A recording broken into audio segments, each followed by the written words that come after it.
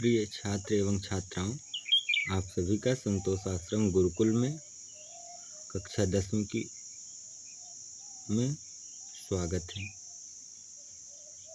हम लोग संस्कृत गद्य में कविकुल गुरु कालिदास पाठ का आज 5वां गद्यांश देखेंगे।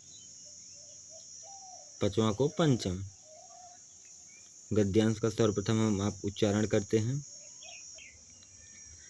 कालिदासस्य नव उन्मेषशालिन्याः प्रज्ञायाः उन्मीलनं तस्य कृतिषु नास्तीति कस्यचित् सुधीयः परोक्षम्। संस्कृत काव्यस्य विविधेषु प्रमुख प्रकारेषु स्वकौशलं प्रदर्श्य स सर्वान् अतीतान् अनागतान् कवीन् अतिशिच्य। रघुवंशं कुमारसंभवं च तस्य महाकाव्यद्वयम् मेघदूतं ऋतुसंहारञ्च खण्डकाव्ये मालविकाग्निमित्रं विक्रमोर्वशीयम् अभिज्ञानशाकुन्तलं च नाटकानि सन्ति। तत्र रघुवंशाभिधं महाकाव्यं कविकुलगुरोः सर्वातिशायनैः कृतिः अस्ति।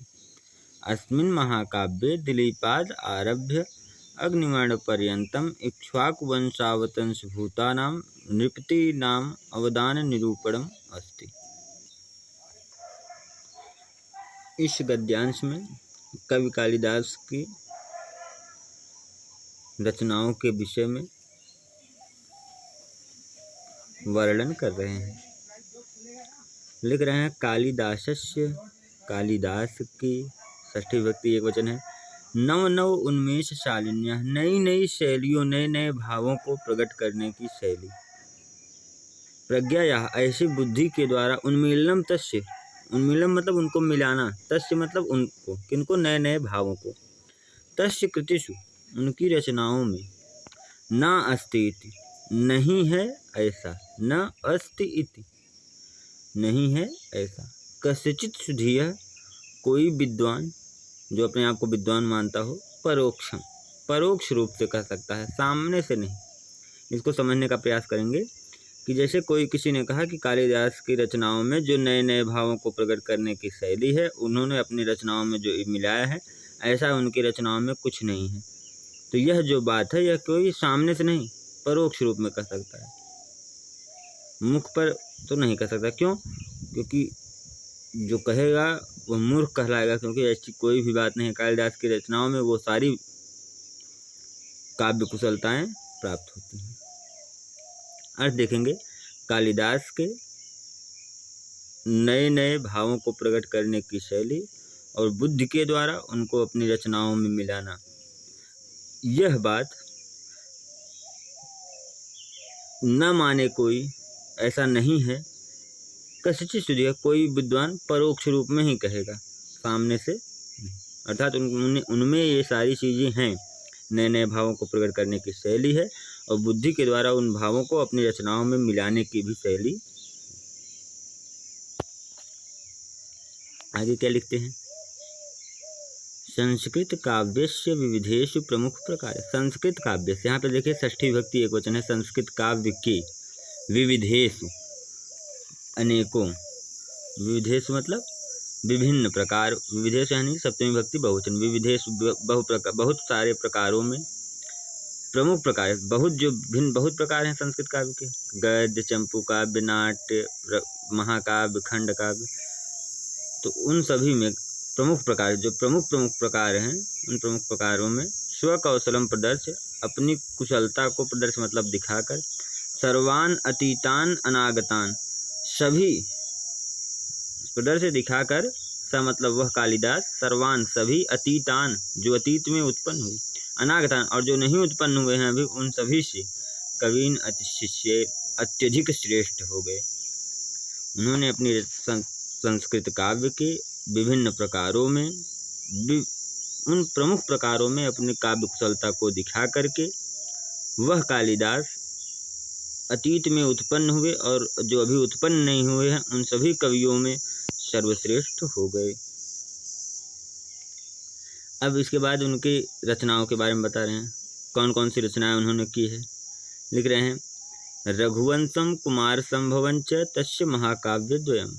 रघुवंश और कुमार संभव, आपको हम बताए हैं कि जहाँ पर च बाद में लगा हो उस च को अनुवाद करते समय पहले लेके आके रखते हैं। रघुवंश कुमार संभव, कुमार संभव के बाद च है, च का मतलब होता है और, उस च को कुमार संभव के पहले ला के रखो। रघुवंश और कुमार संभव, तस्य मतलब उसके, उसके किसके, कालिदास के, महाकाव्य द्वयम, दो महाकाव्य हैं। रघुवंश और कुमार संभव महाकवि कालिदास के दो महाकाव्य हैं। और क्या, मेघदूतम ऋतु संहारश्च, मेघदूत और ऋतु संहार, मेघदूत और ऋतु संहार खंड काव्य में गिने जाते हैं। और क्या है, मालविकाग्निमित्रम विक्रमोर्वशीयम अभिज्ञान शाकुंतलंच नाटकानि सन्ति, मालविकाग्निमित्र, विक्रमोर्वशीय और अभिज्ञान शाकुंतल, नाटकानि सन्ति, ये 3 नाटक हैं। देखिए नाटकानि में बहुवचन है, नाटकानि और अस्वस्थाम संति, संति भी बहुवचन में है। क्यों, क्योंकि जहाँ पे जब वाक्य में बहुवचन है ना, 3 नाटक हैं, नाटक 3 हो गए यानी बहुवचन हो गया, तो बहुवचन का प्रयोग किया गया। फलम फले फलानि, नाटकम नाटके नाटकानि, अस्त्यस्ताम संति, तो मालविकाग्निमित्र, विक्रमोर्वशीय, अभिज्ञान शाकुंतल, ये इनके 3 नाटक हैं। एक बार पूरा देख लेंगे शुरू से। रघुवंश कुमार संभव उनके 2 महाकाव्य हैं, मेघदूत ऋतु संहार 2 खंड काव्य हैं, मालविकाग्निमित्र और विक्रमोर्वशीय, अभिज्ञान शाकुंतल इनके 3 नाटक हैं। तथा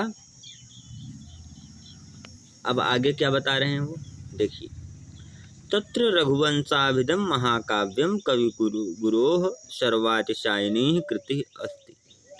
अब देखिए किसी ने 10 रचनाएं की, जैसे हमारे यहाँ 10 वीडियो 25 वीडियो है, उसमें से कोई एक वीडियो बहुत ही अच्छा हो जाता है। किसी ने बहुत गाने गाए, लेकिन कोई एक गाना बहुत सर्वश्रेष्ठ गाना, बहुत सुंदर गाना होता है, बहुत पसंद आता है। उसी प्रकार से उनका जो महाकाव्य तत्र मतलब उन सभी, कितनी रचनाएं हुई ध्यान दीजिएगा, 7 रचनाएं हैं, 7 रचनाएं।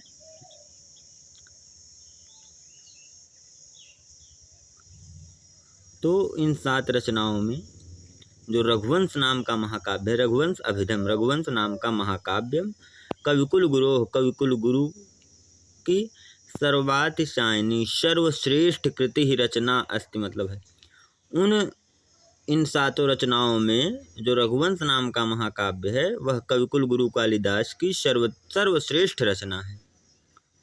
आगे क्या बोल रहे हैं, अस्मिन महाकाव्य, अब देखिए बता रहे हैं कि इस महाकाव्य में क्या चीज़ है, कौन सी कथा है, तो बता रहे हैं अस्मिन महाकाव्य, इस महाकाव्य में दिलीपाद आरभ्य, राजा दिलीप से लेकर के, अग्निवर्ण, दिलीपाद दिलीप से, आरभ्य मतलब लेकर, दिलीप से लेकर, अग्निवर्ण पर्यंतम, अग्निवर्ण तक, इक्ष्वाक वंश में इक्ष्वाक वंश, इक्ष्वाक राजा हुए, उन्हीं का वंश है, उसी इक्ष्वाक वंश में राम भी पैदा हुए।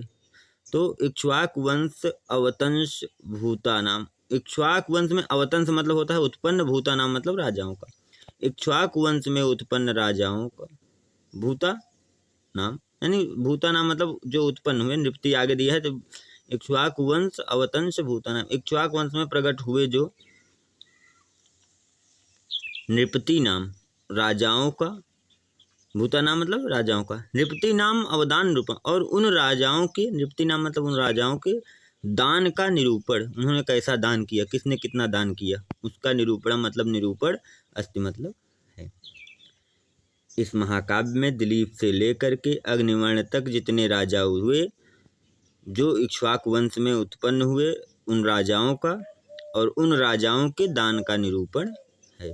जैसे हरिश्चंद्र ने सब कुछ दान कर दिया, राजा दिलीप ने अपना शरीर दान कर दिया नंदिनी के लिए, रघु ने दान किया, सबने दान किया, राम ने बहुत दान दिए, दशरथ ने दान दिए, सबने जितने राजा हुए उन्होंने अत्यधिक दान किए। और उन राजाओं की विशेषताओं, राजा कैसे थे, उनका राज्य काज कैसे था, इस सब बारे में उन्होंने अपनी रचना में, इस रघुवंश महाकाव्य में बताया है। एक बार पूरे कार्य देखते हैं। कवि कालिदास के नए नए भावों को प्रकट करने की शैली और बुद्धि के द्वारा उनको अपनी रचनाओं में मिलाना, यह उनकी रचनाओं में नहीं है, यह कोई विद्वान परोक्ष रूप में ही कह सकता है, सामने से नहीं।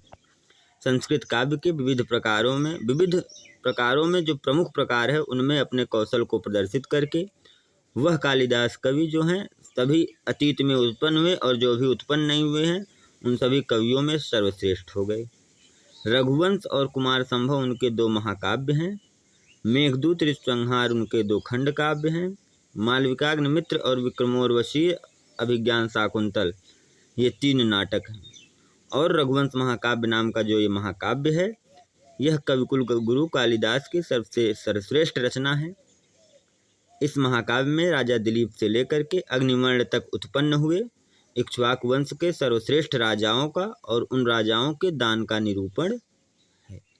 इस प्रकार से आज हमारा 5वां गद्यांश पूर्ण हुआ। जहाँ पे आपको कोई समस्या हो आप कमेंट बॉक्स में ज़रूर बताइएगा। जय तु संस्कृतम, जय तु भारतम।